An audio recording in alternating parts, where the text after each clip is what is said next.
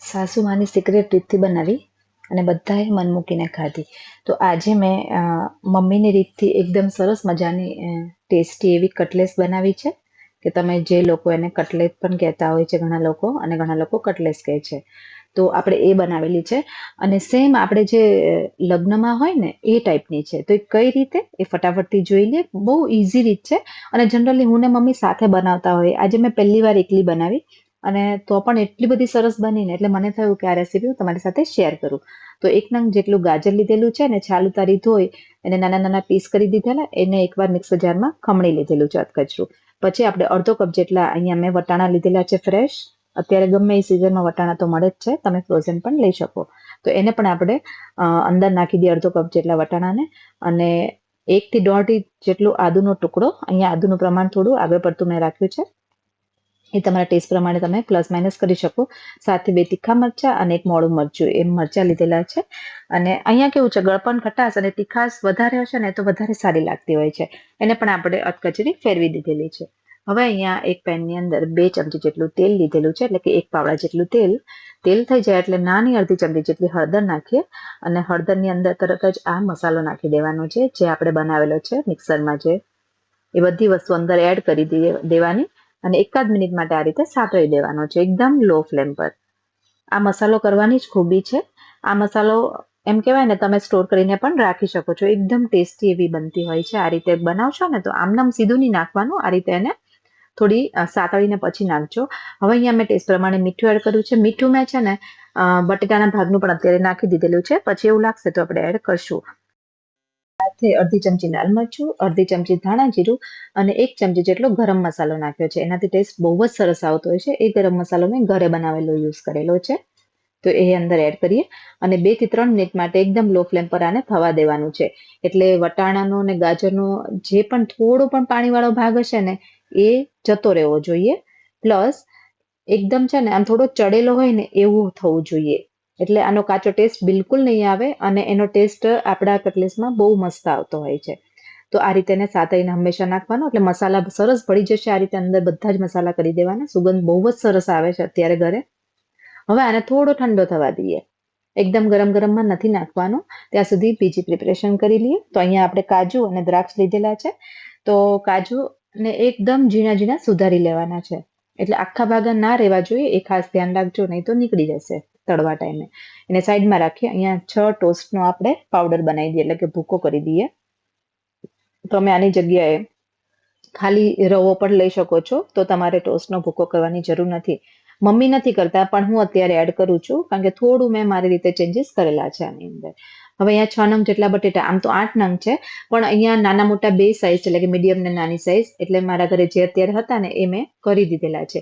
એટલે આમ જોઈએ ને તો 6 નંગ જેટલા જ બટેટા છે બાફેલા.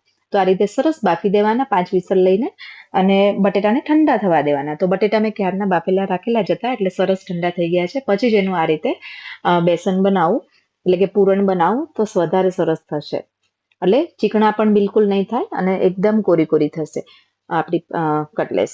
હવે એના અંદર જે આપણે મસાલો પ્રિપેર કરીને રાખ્યો હતો ને, વટાણાનો અને ગાજરનો અને બીજો બધો મસાલો, એને અંદર નાખી દઈએ અને સાથે અડધા લીંબુનો રસ. અહીંયા આગળ પણ ખટાશનું થોડા આગળ પડતા નાખું છું. તમારે હજી તમારા ટેસ્ટ પ્રમાણે ઓછા વધુ કરવા હોય તો કરી શકો છો. સાથે 2 ચમચી ખાંડ અને ડ્રાય ફ્રૂટ એડ કરી દઈએ. તો અહીંયા કાજુ અને દ્રાક્ષ. અને સાથે આપણે અડધા કપ જેટલી એકદમ ઝીણી સુધારેલી કોથમીર નાખી દીધેલી છે. અને અહીંયા જે આપણે ટોસ્ટનો ભૂકો કરીને રાખ્યો હતો ને એ અડધો અંદર એડ કરીએ, અડધો રાખી દઈશું. અને હવે આ બધી વસ્તુને આપણે મિક્સ કરવાનું છે.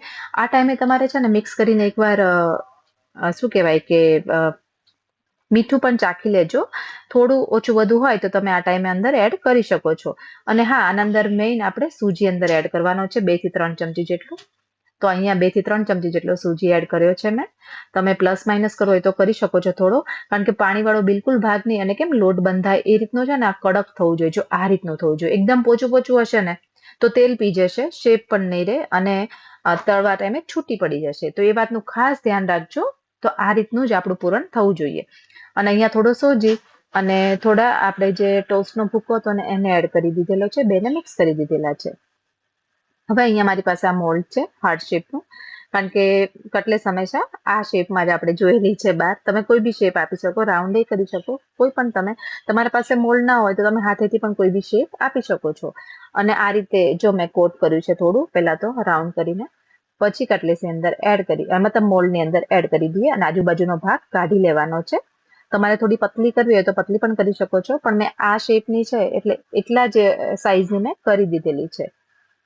આજુબાજુથી આપણે બધું જ વધારાનું પૂરણ કાઢી દઈએ અને એકદમ સરસ થઈ જાય ને સેટ, એટલે ધીરે રહીને હળવા હાથે અંગૂઠાની મદદથી પ્રેસ કરતા જઈએ અને કાઢી લઈએ તો જો ઇઝીલી નીકળી જશે. અને આજુબાજુ જે આપણે જે કોરો ભાગ દેખાય ને ત્યાં પણ આ લગાવી દઈએ, જેથી કરીને સરસ કોટ થઈ જાય અને આપણી જે કટલેસ છે એકદમ ક્રિસ્પી એવી થશે, બહાર જેવી. તો આ રીતે બધી જ કટલેસ આપણે કરીને રાખી દેવાની. તો અત્યારે મેં 6 થી 7 જેટલી જ કરી છે. પછી જ્યારે બધા જમવા બેસે ત્યારે હું ગરમ બનાવીશ. તો હવે તેલ એકદમ સરસ ગરમ થયેલું હોવું જોઈએ, એટલે કે આકરું આવેલું હોવું જોઈએ. એટલે તેલ ગરમ કરી તરત જ એમ કહેવાય ને એકદમ સરસ ગરમ થઈ જાય અને પછી જ અંદર એડ કરજો, ને તો છૂટી પડવાના ચાન્સીસ છે અને તેલ ભરાવાના પણ. તો આ નાની નાની વાતનું ધ્યાન રાખશો ને તો તમારી કટલેસ સેમ બહાર જેવી જ બનશે. તો જો હવે છે ને આને હલાવવાનું બિલકુલ ઉતાવળ નથી કરવાની. થોડા બબલ્સ ઓછા થશે, થોડી કટલેસ તમને એવું લાગશે નીચેથી થઈ ગઈ એવું લાગે છે, થોડી ઊંચી આવે ને પછી બીજી સાઈડ પલટાવજો ધીરે ધીરે.